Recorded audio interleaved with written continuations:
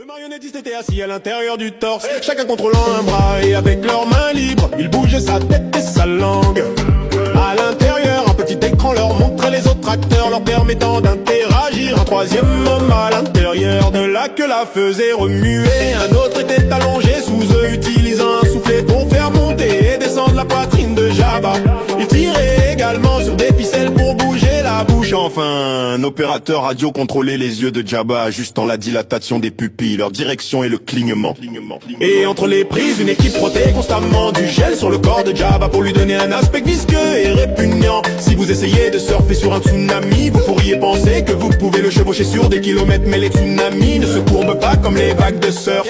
Au contraire, ils jaillissent comme un mur d'eau, tourbillonnant avec des rochers et des animaux morts. Lorsqu'il atteint la terre ferme, il peut également porter des arbres et des bâtiments entiers. Ainsi, même si vous étiez un surfeur olympique, vous seriez quand même entraîné sous l'eau.